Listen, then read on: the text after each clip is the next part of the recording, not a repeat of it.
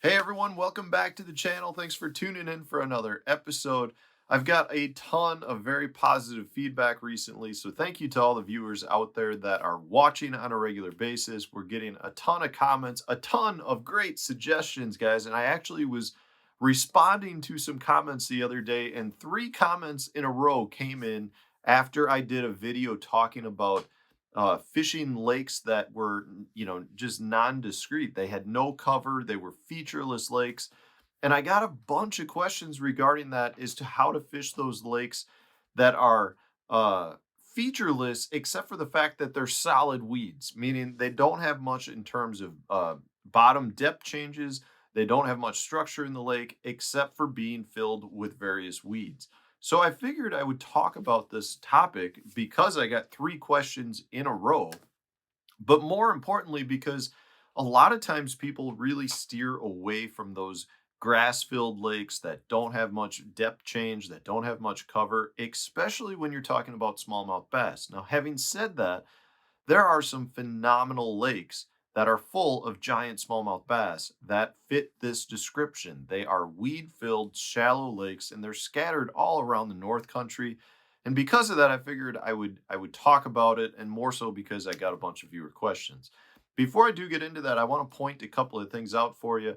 First and foremost, guys, you probably noticed now that there is a product tab in the viewing screen. That's one of those things. I'll put a bunch of sponsor products in there. If you're interested, you can click that. It's a good way to support the channel if you follow a bunch of links. I'm not going to get into too much detail because I don't want you wasting a bunch of time doing it, but I just want you to be aware that if you click that product tab, that if you follow some of those links and check out some of those baits, it is a way to support the channel. It's a new feature that has been opened up to me, and I know a lot of the testing YouTube channels were really appreciative of the support they were getting from their viewers. So hopefully you guys can help me out with that as well. Also, I want to point out that I have had a full day of one-on-one virtual lessons. I've got 4 of them that I did today, and they all went wonderfully well. I truly believe the interaction I have with the viewers over the computer, where we can break down lakes, look at aerial photos, look at navionics maps, talk about patterns, talk about strategies, is very helpful to the individuals that I talked with. So if that's something that interests you, the virtual lesson link is also in my video description, and it's a great way to have contact with me to, I can help you break down your lakes. It's a great thing to do. So in this case, if you happen to have a featureless lake that is chock full of grass and you want to catch smallmouth, give me a call because I can help you with this because I fish a lot of these types of lakes. So I want to break this down and kind of point out that there are some very specific differences with respect to smallmouth and largemouth when you're fishing these types of lakes. With largemouth, a lot of times you're looking for some of the thickest grass, the grass that have canopies, and it's just areas where those largemouth can get out of the sun and use them as ambush points. Smallmouth are a little bit different. A lot of times you want to find the sparsest grass.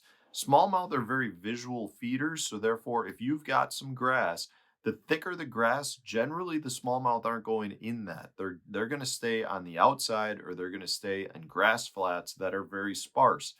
So you want to recognize right off the bat that you can get too thick for smallmouth. It means doesn't mean you might not catch one when you're flipping a mat or doing something like that, but generally speaking, you're going to be much better off fishing sparser grass.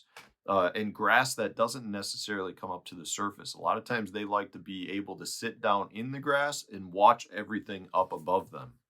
So that's one of the first big differences. The next thing is you really want to pay attention to the weed type. In my experience here, guys, there is good weed for smallmouth and bad weed for smallmouth.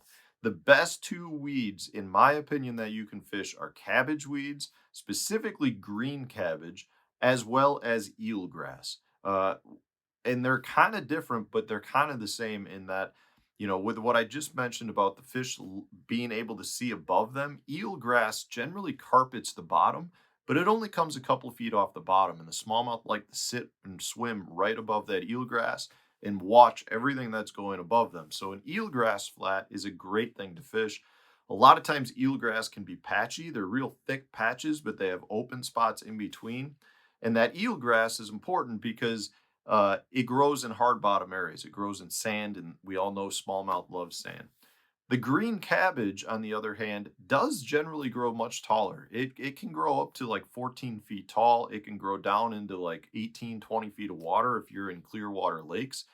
The thing with green cabbage is it grows very sparse. You'll have a strand, a strand, a strand, and it creates these very good columns that those smallmouth can swim through. So they have a lot of good uh, visual viewing of everything that's around them.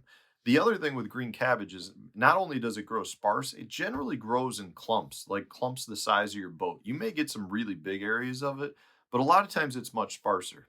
And again, I want to point out the same sort of thing with respect to the sandgrass. The bottom composition is important. But before I get into that, I'll just kind of reach out now to some of your bad weeds.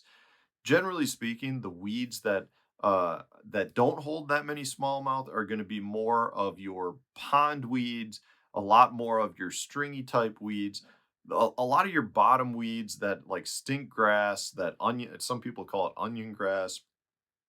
That stuff tends to grow a little bit too thick, and it's usually in much shallower water, but it grows in soft bottom areas. Smallmouth generally aren't going to be in that. Like lily pads are not normally a great smallmouth piece of cover. And it all comes down to bottom composition. The eelgrass, the cabbage grass, that or cabbage weed, that stuff grows in harder bottom areas, gravel and sand, some rock. That's what the smallmouth prefer because it's a better composition for them. The other grasses grow in more of that soft bottom, and the smallmouth tend to stay away from that. So you really want to be cognizant of bottom composition. And a lot of times you can't see the bottom, but if you know what the grass grows in, that specific type of grass, you can determine, okay, this is a harder bottom area. Same thing goes for some of your emergent grasses. Like I said, lily pads are no good. You see bulrushes grow in hard bottom areas, hard sand, gravel. Smallmouth love bulrushes. Smallmouth aren't a huge fan of cattails. Well, cattails are generally more of a marsh grass. They grow in softer bottom areas. So you want to be familiar with the type of bottom composition that those grasses grow in. The last thing really comes down to your forage. You know, a lot of these lakes, and to touch on a little bit more on the bottom composition, these lakes generally don't have like big rock bars or anything like that. They tend to have hard packed sand and muck, or hard packed sand with some gravel mixed in, and then soft bottom base. So it's that hard packed sand, that little bit of gravel, that acts as if it was a big rock bar on these lakes because it's that much different than the soft bottom areas. So the last thing is going to be your forage. In these types of lakes, because they're shallower, they're featureless, and they're grass filled, a lot of times you're talking about just basic lake minnows as well as bluegill and perch as being the primary forage, along with your crayfish too. So when you consider the fact that there aren't any of those deep water oily fish, your shads, your herrings, your ciscos, the smallmouth are going to key in mostly on more of your perch as well as your crayfish in this scenario because those fish tend to hang out more in those hard bottom areas as well. So you want to pay attention to where the bait fish is, where that forage is, and you'll probably be able to find some smallmouth. So your bait choices are going to be a little bit different too. You know, generally speaking, traditional smallmouth baits are your drop shots, your Ned rigs, you know, that more of that finesse approach. With these lakes, when you're fishing primarily around grass, you can really power fish them pretty good. My favorite technique is a topwater bait. And because the lakes are shallow and generally warm faster, your topwaters are going to work almost year round. You know, if you're fishing smallmouth and you're talking about lakes that are relatively shallow, you can fish a topwater successfully with water temps that are in the low 50s or higher. You know, walking any topwater, walking poppers, choppos, all of them will work. The thing is, if you're maybe a little bit too cold for that, your jerk baits can be really good. Your swim baits can be really good. Crankbaits, one of my favorite things to do when I'm fishing deep eelgrass is to retrieve a crankbait right above the eelgrass, fish it very fast, very erratically to trigger those strikes. And it's really just comes down to power fishing them more than fishing finesse baits. The one finessey type bait that I like to fish is a tube. I do like to fish a tube, but I will snap jig it where I rip it out of the grass. That can trigger a lot of those lethargic smallmouth into biting. But I'm not going to be throwing the Ned rigs as much. I'm not going to be throwing the drop shots as much. I'm going to fish a lot more top waters and a lot of faster moving baits like jerk baits, crank baits, and ripping a tube around those areas. So hopefully this was helpful. You just got to find the sparser grass. You want to fish some of the edges, whether it's a point, maybe it's a separate little patch of grass. You want to pay attention to the types of grass because they'll let you know what the bottom composition is. Keep an eye out for your forage and cover some water, and you'll find those smallmouth. They like to use grass flats. If the grass flats fit what they're looking for, they will be there and they can be there in good numbers. So if you enjoyed this video, if it helps you catch a few smallmouth, hit the like button, subscribe to the channel if you haven't done so already. Stay tuned, we'll have a new video for you tomorrow.